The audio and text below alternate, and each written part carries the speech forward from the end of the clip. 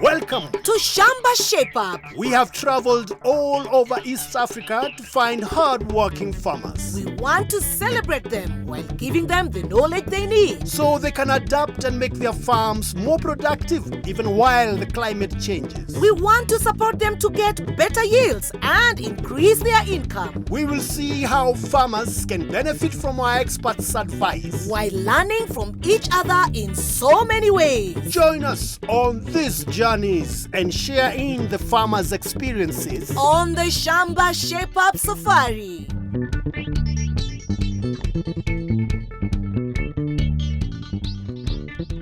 Shamba Shape Up has been to many parts of the region.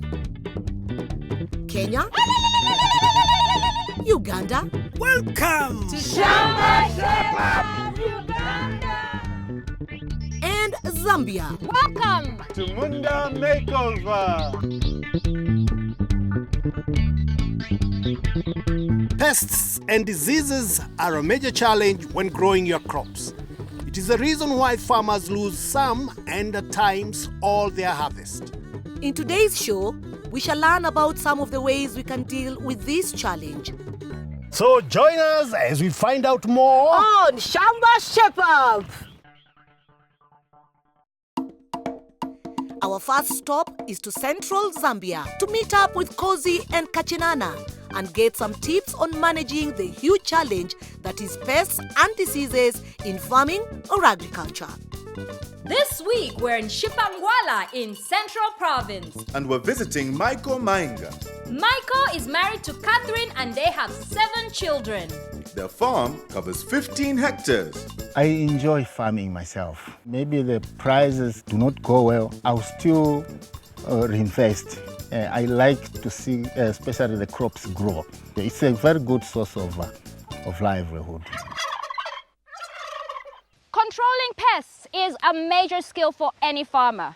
Not only can pests ruin a crop, but using pesticides can be expensive and dangerous to use if guidelines are not followed correctly. So meet Tinongwe Gondwe from the Ministry of Agriculture. She is an expert in integrated pest management, a cheaper and less damaging way to control pests on the farm. Mr. Mainga, what are the pests that you have been battling with on your fields? So for field crops, like maize, there is infamous, so to say, 4 armyworm. 4 armyworm. Yes. When it comes to the horticulture products here, we face the very aphids, the whiteflies, and also the leaf miners and the bollworms. What can we do to help Mr. Mainga? I would advise Mr. Mainga to adopt an integrated pest management approach. It looks at 3 key issues. That is prevention, where you try to prevent the crop from being attacked by the pest itself. Then monitoring. That is where you have the pests present, so you monitor the populations. Because there are certain populations where you can see this is really minimal, so it's not economical for you to go in there and start spraying.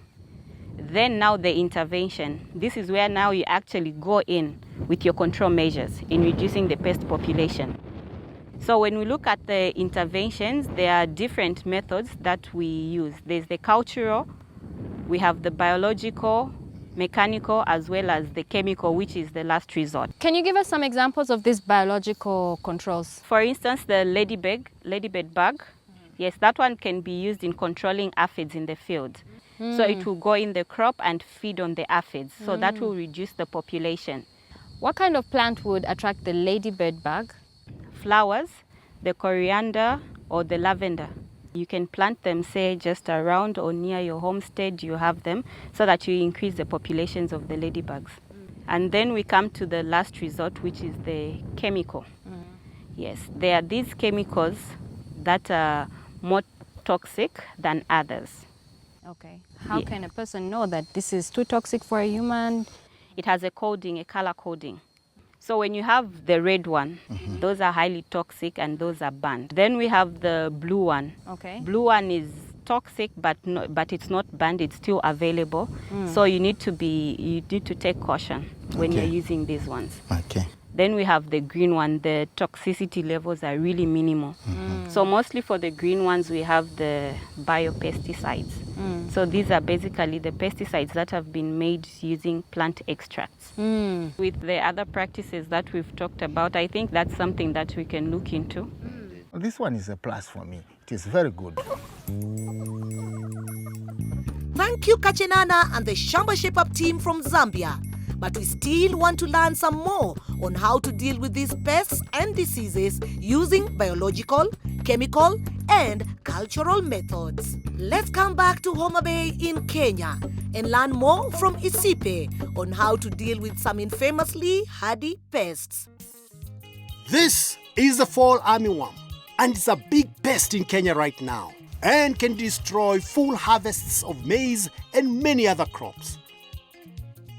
Isipe is a world-leading organization that uses a method called push-pull to control this pest.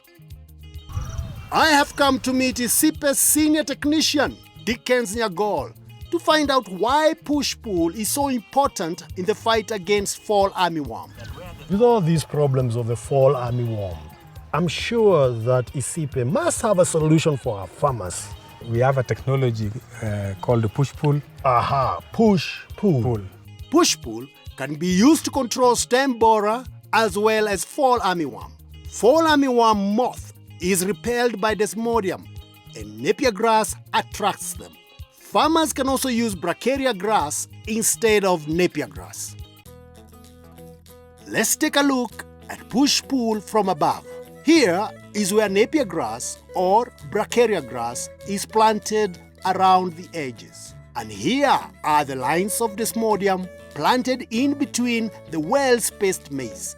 Let's explain how push-pull works. Maize is intercropped with Desmodium. Desmodium produces a natural smell that pushes the moths away from the maize. The napier grass or bracharia grass is planted around the plot to pull the adult moth away to lay their eggs there instead of in the maize. A natural smell in napier grass or bracharia grass attracts pests. This system controls both stem borer and the fall armyworm effectively. Simple. Push, pull. Initially, it was developed to control other pests like the maize stem borer and the staggerweed. Now, it is also controlling the big problem of the fall armyworm. And is it suitable for small-scale or large-scale farmers? It can be used by both because the farmers who are using the Desmodium, some of them are small-scale farmers, but even the large-scale farmers now, because the Desmodium is there, it will be able to control the fall armyworm even if the plot is big. Desmodium not only chases away some of the pesky pests that attack your maize and vegetables, it also fixes nitrogen, making your soil more fertile. I suggest we go maybe see a farmer who's been practicing push-pull and we hear from them. Very possible. Victor is a farmer in Kisumu County who manages a great example of a push-pull plot. Thank you so much. Karibuni, karibuni. So what exactly are you doing right now? This is my Desmodium Shamba. I'm weeding it. I'm weeding at the same time I'm weeding the Desmodium bit. I'm also weeding the maize plants also. Managing a good push-pull project like yours, how does a farmer maintain it? The important thing is weeding in push-pull. Because there are a lot of weeds and there's the maize plant also which requires proper weeding. Yes. You just pull them, you loosen the soil around their roots and then you pull. You pull them out. You just pull them out. How tall should the Desmodium be compared to the maize? How we manage it when it's young, you plant them at the same time, but then the Desmodium comes up faster than the maize initially. So you can trim it so that the maize overtakes it and then the maize take over. This maize, how do you space it? The row, one row to the next row is 2.5 feet. So that is about 75 centimeters. And from one seed to the other? The maize in between is about a foot, just a foot. About 30 centimeters. 30 centimeters. Okay, so let us take a look at how your plot can be turned into a successful Desmodium and napier grass or bracharia grass push-pull shamba just like Victor's. First, Clear your land during the dry season. Desmodium has small seeds and prefers to be planted in fine soil. So that means no lumps. Measure and mark out your push-pull plot to a maximum size of 50 by 50 meters. If you are planning a bigger push-pull plot, then still split your land into 50 by 50 meter plots. ICIPE recommends 3 rows of napier grass or bracharia grass to be planted around the border of the maize plot. Marking and spacing are important. And napier or bracharia grass should be planted 75 centimeters between rows and 50 centimeters between napier grass plants or bracharia plants within a row. Ensure your maize is 1 meter away from the inner row of napier grass or bracharia grass. And remember, weeding between the desmodium and the maize is very important. On his Shamba, Victor has 2 plots right next to each other. 1 plot with push-pull and 1 plot without. He simply hasn't got around to planting push-pull in both plots. Yet each area is completely different when it comes to pests. Now, Victor, you've been doing push-pull for quite some time now. How has push-pull helped you as a farmer so far? I've got that Shamba down there. I didn't apply the push-pull method. Fall animal had infested the plot down there. Yes. I cried. You cried? I cried. And I went and I bought some, they talk of granules you pour into the plant. But this Shamba, I've hardly seen any maize plant. Next time I want also to push-pull method there because there's a very big advantage. What other advantage have you seen? Nowadays I don't have striga in my Shamba. Striga is gone. I don't see it. Yeah, the advantage, it helps me in my feeds for my cattle.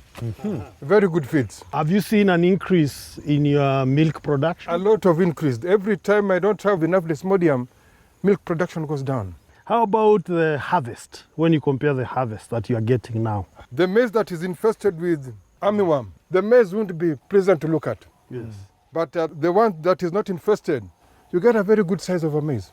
Well done. You're doing a very good job. Thank you. And keep it up. Thank you. Keep it up. Thank We don't want to see you crying anymore. We want to see you smiling. Push-pull has also been shown to repel other pests such as aphids and diamond back moth. Vegetables that can benefit from push-pull technology include kales, cabbages, tomatoes, onions, and local vegetables such as black nightshade. In fact, farmers can intercrop with desmodium, maize, and vegetables. Plant the desmodium, the vegetables, and the maize in alternate rows, each around 37 centimeters apart. As an option, plant bracharia or napier grass around the edge of the plot. With this method, you will reduce use of pesticides while increasing fertility through the use of leguminous desmodium, which you can also feed your livestock. For more information on this, call Shamba on 0711 082 606. Join us after the break to learn more about how to get ahead of pests and diseases using chemical and cultural methods, ensuring a healthy harvest from your Shamba. See you after the break.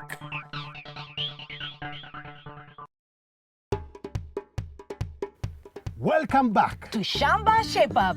In today's episode, we are learning all about dealing with diseases on your farm. So far, we've learned about the push-pull method. Now, it's time to turn to good crop management practices in order to prevent and control pests. But first, let's hear what's happening with the weather in the coming week. Welcome to the Shamba Shape Up weather and farming news for Kenya. In the coming week, we expect low rainfall across Kenya. The north, upper and lower eastern counties will continue to see very low rainfall of less than 5 millimeters across the week. This cuts across Marsabit, Isiolo, Mandera, Wajir, Meru, Tharaka, Kitui, Makueni to Kajiado. The only exception are the lower parts of Garissa, which will see moderate levels of rain at 50 millimeters across the week. Most coastal counties will get moderate amount of rainfall, reaching 50 millimeters in the week. This includes Lamu, Kilifi, Mombasa, and Kwale. Tana River and Taita Taveta will get low rainfall, reaching 15 millimeters. Central Kenya will get low rainfall of up to 15 millimeters across the week. This covers the counties of Laikipia, Nyandarua, Nyeri, Kirinyaga, Murang'a, as well as Nairobi and Kiambu. Embu will see very low rainfall of less than 5 millimeters in the week. North, Central, and South Rift Valley will as well get low amounts of rainfall of up to 15 millimeters across the week. This spans across Turkana, West Pokot, Baringo, Trans Nzoia, Nakuru to Narok. Nandi, Kericho, and Bomet will have moderate rain, reaching 50 millimeters in the week. The Western and Nyanza regions will have low rainfall too, reaching 25 millimeters in the week. This covers Busia, Vihiga, Kisumu, Homa Bay, and Migori. Bungoma, Kakamega, Nyamira, and Kisii will receive moderate rain of 50 millimeters across the week. Farmer, repair all broken openings in your chicken house and cowshed to keep them in good condition this cold season. This way, you will have prevented your livestock from developing cold-related diseases such as pneumonia, which is common in calves, and chronic respiratory diseases in poultry. Weed your crops by hand pulling, cutting with a panga, or using recommended herbicides. Cut green fodder such as Napier, Bracharia, Caliandra, and make silage. This will ensure you have enough feed for your livestock when it's dry. For a detailed weather forecast for your area and more tips, get in touch with Shamba. Call 0711 082 606. See you next week on the Shamba Shape Up Farming News for Kenya. Niaje wase, naitwa Elias and I'm passionate about agriculture. Aje wase, mi naitwa Magi na ukulima ni usanii kwangu. I don't know. Have you heard of Shamba Shape Up podcast? If not, you can listen to the Shamba Shape Up podcast for all farming information. Yes, from planting to harvesting and from breeding livestock all the way to the marketing stages. Here is the best part. Unaweza sikiza na mokoro wako, mabeshte zako, from anywhere at any time. Bora uko na tenje na internet iko poa. Yes, and to join us, go to Shamba Shape Up podcast na ukumbuke Goma moja, episode moja.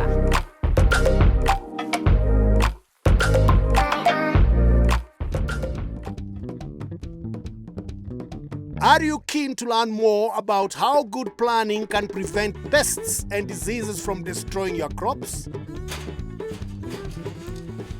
Let's join our farmer Naomi as she meets crop specialist Duncan to learn all about this. Duncan. Yes, Carol. Hey, how's it going? The going is good. How's you? I can see you've done your inspection. Naomi, how is you? I'm great. Great. Naomi is excited. She just wants to see what's happening here. One thing you need to understand when you want to do tomato production, one is to understand your soils and the importance of doing the soil test. One, you're able to understand the soil pH, nutrition part of it, of your soil, what is lacking, what is available. The next thing that you need to also to understand is the variety of the tomato that you want. How do I get that assistance of knowing the best variety to do in my soil? Once you get your result for soil test, you're able now to understand your area or the region that you come from. You find like this area, it's cold, so you need a variety which can tolerate that cold weather. And also you need a variety that will give you more yield in terms of the fruit, also the shape of the fruit, because the market also demand that. And also the other thing, you look at longevity of harvesting. From the period you'll start to pick or to harvest your fruits to the end, at least you need a variety which can give you 4 to 6 months harvesting period. Good. Yes. All right, so let's talk about management of tomatoes. What does it entail? That's the big issue when it comes to tomato management, because tomato is very susceptible to diseases and also to pests. The major pest that you'll get into tomatoes production is Tuta absoluta, being the most notorious kind of pest. You can see these marks you can see here. That is a Tuta absoluta attack. Right. And that's the most severe pest today, destroying a lot of tomatoes in most of the farmers' fields. The insect eats the leaves from within, leaving white marks. The leaves are very important because they make food for the plants, which then give you big, healthy tomatoes. So, when they are destroyed, your yields will drop. For diseases, the major disease that you'll get into tomatoes, it's bright. So you can still get it. You can look at how the leaves are burning. And also the cause of the yellowing. Exactly. That will resort to that. And that will reduce her yield eventually, because when the leaves are affected, and that's where the photosynthesis take place, it means that there's no food to feed the fruits. When water lands on the leaves of the plant and the weather is warm, this creates an environment for fungi to grow. It is this fungi that causes blight in tomatoes. The best way to control blight is to weed your tomato crops regularly. Make sure you prune the lower tomato leaves. This will help air move freely around your crop. You should also stake your tomatoes. Staking them keeps the crop upright and again allows for air to flow freely. Loosely tie the main stem to the stake with a soft but thick rope that will not cut in to the stem over time. She needs to support her crop because you can see they are bearing a lot of fruits, so they need also to be supported. You also require to do the pruning.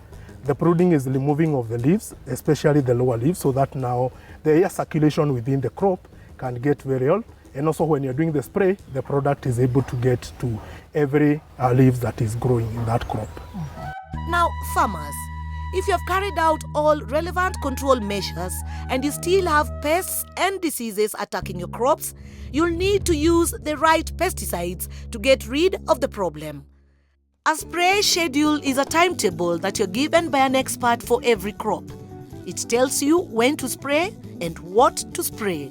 It also shows you how long you should wait after spraying before harvesting, which is very important to protect you, your family, and those buying your produce. When spraying, wait 1 to 2 weeks before spraying again. When it's wet, spray every week. When it's dry, spray every 2 weeks. When spraying, ensure you are well protected. Have a cape, goggles, mask, an overall, gloves, and gumboots. For more information about what pesticides to use, get in touch with Shamba on 0711 082 606. And with that, let's travel to Uganda to learn more. Over to you, Frob and Agi. Where are you visiting today? Today we are in Chinangila village, Mukono Central, and we are meeting with Dorothy Nakalembe. Dorothy loves vegetables because she doesn't need much land to grow them and they bring in quick money. Now, she's got a ready bed of cabbage seedlings that she wants to transplant, and she's chosen this patch of land for her seedlings. This doesn't look good even to me. We need an expert here, and Robina Nagaya from Naro is just the person for us. Hello, Robina. Hello, Dorothy. Nice to meet you. Nice to meet you. You're most welcome. Thank you. Thank you for coming. Excuse me. You know each other? Yes. Hey, that was my job here. Yeah. We've met. Yes. Hey, that's good. Okay. Thank you for this You were work. showing us there. Yeah.